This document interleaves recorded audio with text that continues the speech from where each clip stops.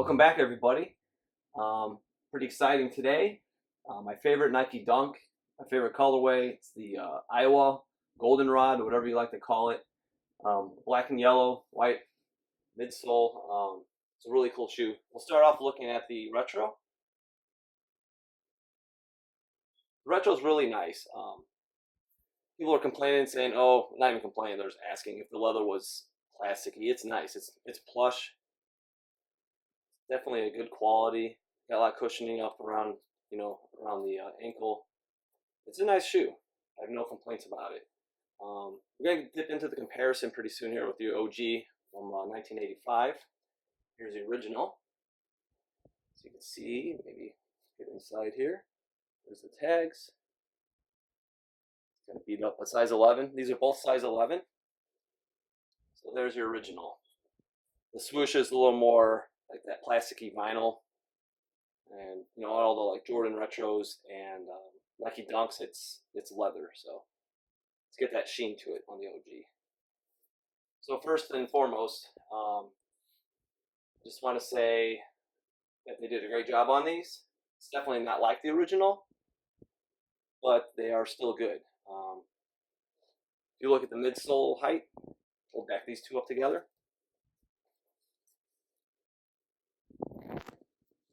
You can see the OG is definitely higher. The shoe's actually the same height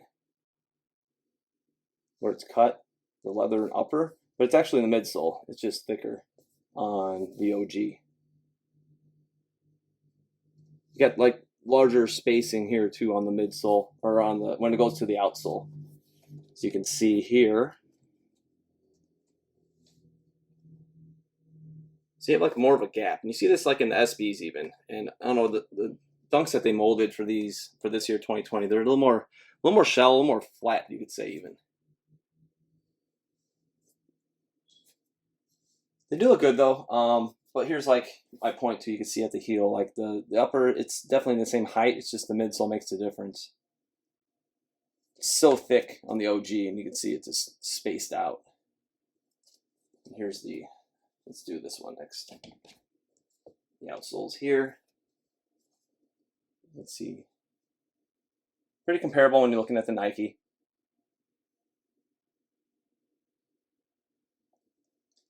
So we talked about the leather on the retro. The leather on the OG got really thick cuts. They're just beautifully made. This is more of a smoother, flatter, vinylish finish even on the upper back collar here, but real nice. You can tell it's real plush leather, but still it's got that durability to it. Thick cuts on the toe box. If you compare it to the retro, it's almost about the same thickness. Pretty decent. And we're going to dive more into some more details in just a minute.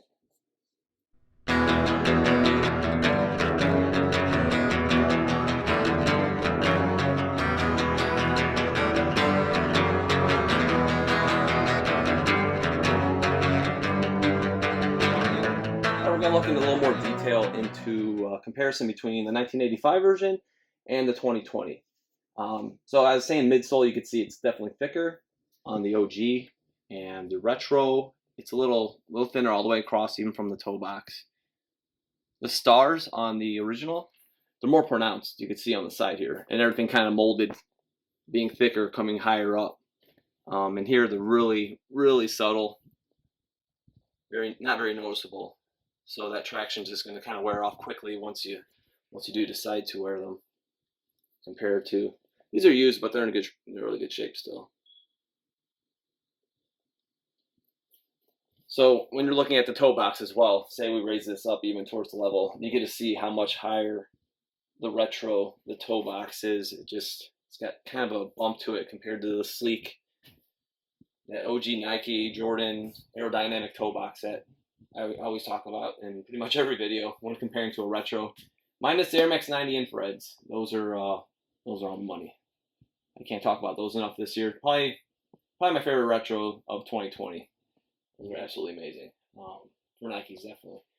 But not to get off track, showing you here between these two, the leather the color of yellow is a little different too. This could have been aged, you know, because it's from 1985. So the yellow could be, you know, maybe a little more darker tinted, but not that much. This is definitely a little lighter, a little more mustardy, I'd say. And this is more darker, like a Dijon. um, and then we'll go here and we'll look at the front. So again, I do love the 2020, but we're about to get into my biggest pet peeve of this shoe that I really think they dropped the ball on: the tongues. If you guys can see, just before I even have to mention it, here's your OG. Nice and high, 85 Jordan 1 style, Nike, beautiful stitching. They brought this back to like the retro 85 Jordan 1. We've seen the remastered. They can do it. They did it with the exact same, you know, weave pattern. It looks amazing. It's got the, if you guys ever seen the 85, so you can see like the padding. It's very similar to like an 85 Jordan 1 tongue. So then we go over to 2020, and it's hard to see in the pictures when you're going to buy the shoe, but it's short, obviously. It's so small. The Nike is tiny. It's really stiff. It's not really as padded. It's really thin, kind of like those Jordan 1s from pre-remastered, 2013 or so, you could say. So there's not much padding on the tongue like the original, and it's just short. It just doesn't do much for me. You know, when you look at them next to each other, it's like, this is just crushing this stuff, you know, this one right here. So that was like, I pulled out of the box, I'm like, what? I was really surprised to see that. So it is cool. They added the Nike on the insole. On the OG Nike Dunks, they're just white insoles. You see, these are very clean. Just a plain white, so there's no stamping. So they kind of, you know, modernize it a little bit, which I think is cool. So yeah, there's a good front end comparison of these two.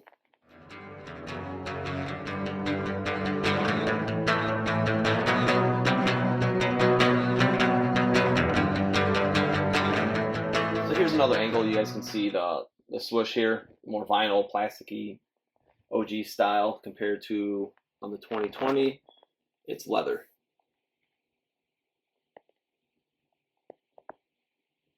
Color difference too between both of them. We'll look at the heel next here. So you can see from the heel, this is kind of flat right below the pull tab, and you can see on the OG it's kind of more bowed out a little bit.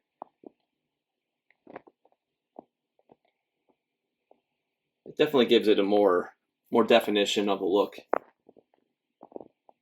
The new box for this one just had the basic standard Nike box that you see right back on the left side here. And the OG, it actually came with a yellow and black Nike box, which these did not come with.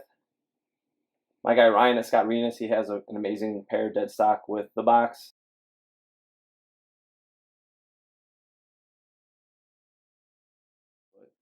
I wish I did have one, but maybe one day I'll come across. But for now, I'm very happy to find these shoes this year as well.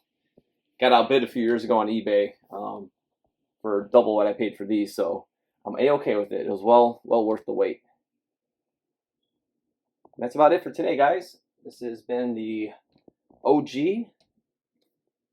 right here, 1985 Iowa Dunk compared to the 2020 release of the Iowa Dunk. Thanks for tuning in. Please subscribe, and we'll see you next time.